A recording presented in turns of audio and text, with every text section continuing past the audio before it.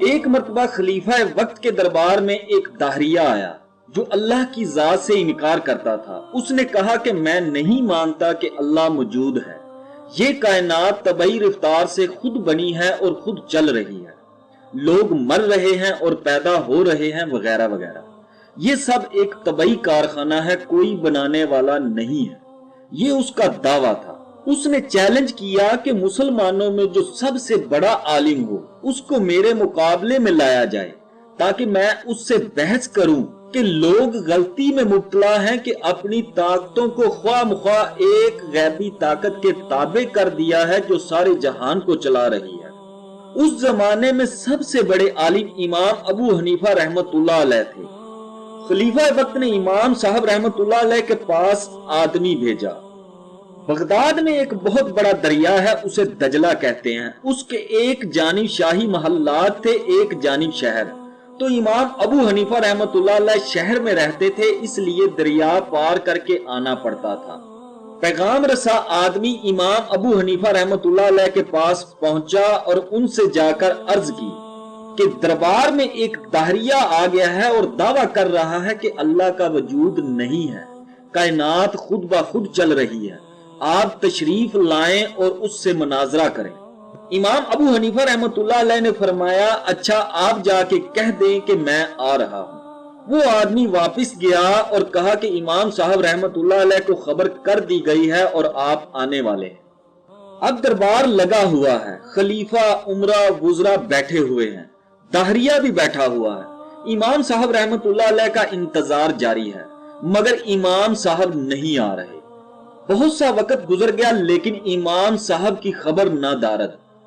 داہریے کی بن آئی، اس نے کہا معلوم ہوتا ہے کہ امام صاحب رحمت اللہ علیہ ڈر گئے ہیں اور سمجھ گئے ہیں کہ کوئی بڑا فلسفی آیا ہے، میں اس سے نمٹ نہیں سکوں گا، اس واسطے گھر میں چھپ کر بیٹھ گئے اور آپ یقین رکھیں وہ نہیں آئیں گے، میرے مقابلے میں کوئی نہیں آ سکتا۔ اب خلیفہ بھی پریشان، درباری بھی حیران ہے اور داہریہ بیٹھا ہوا شیخی دکھا رہا ہے۔ جب کافی وقت گزرا تو امام صاحب رحمت اللہ علیہ پہنچے، دربار میں حاضر ہوئے۔ خلیفہ وقت نے تعظیم کی جیسے علماء ربانی کی جاتی ہے، تمام دربار کھڑا ہو گیا۔ خلیفہ نے امام صاحب رحمت اللہ علیہ سے کہا کہ آپ اتنی دیر میں کیوں آئے؟ پیغام رسا آدمی آپ کے پاس کافی دیر پہلے بھیجا گیا لیکن آپ بہت تاخیر سے آئے، اس کی کیا وجہ تھی؟ کیونکہ شاہی حکم تھا، اس کی تعمیل جلد ہونی چاہیے تھی، نہ یہ کہ آپ اتنی دیر سے آتے۔ امام صاحب رحمت اللہ علیہ نے فرمایا کہ ایک عجیب و غریب حادثہ پیش آ گیا جس کی وجہ سے مجھے دیر لگی اور عمر بھر میں نے ایسا واقعہ کبھی نہیں دیکھا تھا، میں حیران ہوں کہ کیا قصہ پیش آیا۔ اس شد و مد سے بیان کیا کہ سارا دربار حیران ہو گیا کہ کیا حادثہ پیش آ گیا۔ فرمایا بس عجیب و غریب ہی واقعہ تھا، خود مجھے بھی ابھی تک سمجھ میں نہیں آیا کہ کیا قصہ تھا۔ جب سارے دربار کو خوب شوق دلا دیا اور سب سرتاپا شوق ہو گئے، حتیٰ کہ خود امیر المومنین نے کہا کہ فرمائیے کیا قصہ پیش آیا ہے؟ فرمایا قصہ یہ پیش آیا، جب میں شاہی محل میں اترنے کے لیے چلا تو دریا بیچ میں تھا، دریا کے کنارے پر جو پہنچا تو اندھیری رات تھی، نہ کوئی ملا تھا نہ کشتی تھی، آنے کا کوئی راستہ نہ تھا، میں حیران تھا کہ دریا کو کس طرح پار کروں۔ اس شش و پنج میں کھڑا ہوا تھا کہ میں نے یہ حادثہ دیکھا کہ دریا کے اندر سے خود بخود لکڑی کے نہایت عمدہ بنے ہوئے تختے نکلنے شروع ہوئے اور ایک کے بعد ایک نکلتے چلے آ رہے ہیں۔ میں تحیر سے دیکھ رہا تھا کہ یا اللہ دریا میں سے موتی نکل سکتا ہے، مچھلی نکل سکتی ہے، مگر یہ بنے بنائے تختے کہاں سے آئے؟ ابھی میں اسی حیرت میں تھا کہ اس سے زیادہ عجیب واقعہ پیش آیا کہ تختے خود بخود جڑنے شروع ہو گئے، جڑتے جڑتے کشتی کی صورت ہو گئی۔ میں نے کہا یا اللہ یہ کس طرح سے کشتی بن گئی؟ آخر انہیں کون جوڑ رہا ہے کہ اوپر نیچے خود بخود تختے لگے چلے جا رہے ہیں؟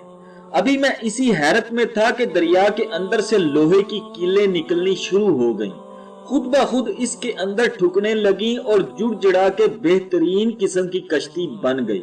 میں حیرت میں تھا کہ یہ کیا ماجرا ہے، یہ تختے جو جڑے ہوئے تھے ان کی درجوں سے پانی اندر گھس رہا تھا کہ دریا کے اندر سے خود بخود ایک روغن نکلنا شروع ہوا اور ان درجوں میں بھرنا شروع ہوا جس سے پانی اندر گھسنا بند ہو گیا۔ ابھی میں اسی حیرت میں تھا کہ وہ کشتی خود بخود میری طرف بڑھنی شروع ہوئی اور کنارے پر آ کر ایسے جھک گئی گویا مجھے سوار کرنا چاہتی ہے۔ میں بھی بیٹھ گیا، وہ خود بخود چلی اور مجھے لے کر روانہ ہو گئی، اور یہ کشتی دریا کے پانی کی مخالف سمت میں چلنا شروع ہو گئی۔ میں حیران تھا کہ یا اللہ، آخر پانی کے بہاؤ کے خلاف کون اسے لے جا رہا ہے؟ یہاں تک کہ شاہی محل کے قریب کنارے پر پہنچ گئی اور آخر جھک کر پھر کنارے پر کھڑی ہو گئی کہ میں اتر جاؤں تو میں اتر گیا۔ پھر میرے دیکھتے ہی دیکھتے وہ کشتی غائب بھی ہو گئی۔ گھنٹہ بھر اس کنارے اور گھنٹہ بھر اس کنارے سوچتا رہا کہ یہ کیا قصہ تھا۔ امام ابو حنیفہ رحمت اللہ علیہ نے خلیفہ وقت کو مخاطب کرتے ہوئے کہا کہ یہ واقعہ تھا جس کی وجہ سے مجھے دیر ہو گئی۔ داہریہ بھی یہ باتیں سن رہا تھا۔ داہریے نے کہا، امام صاحب، میں نے تو یہ سنا تھا کہ آپ بہت بڑے عالم ہیں، بڑے دانش مند اور عقل مند آدمی ہیں، مگر بچوں کی سی باتیں کر رہے ہیں۔ بھلا یہ ممکن ہے کہ پانی میں سے خود بخود تختے نکل آئیں، خود ہی جڑنے لگیں، خود ہی کیلیں ٹھک جائیں، خود ہی روغن لگ جائے، خود آ کے کشتی اپنے آپ کو جھکا دے، آپ اس پر بیٹھ جائیں، خود ہی لے کر چل دے، خود ہی وہ کنارے پر پہنچ دے؟ یہ کوئی عقل میں آنے والی بات ہے؟ میں نے سمجھا تھا کہ آپ بڑے دانش مند، فاضل اور عالم ہیں۔ امام آپ کا لقب ہے اور باتیں کر رہے ہیں آپ نادانوں اور بچوں جیسی۔ داہریے نے خلیفہ وقت کو مخاطب کر کے کہا، یہ عقل میں آنے والی بات ہے کیا؟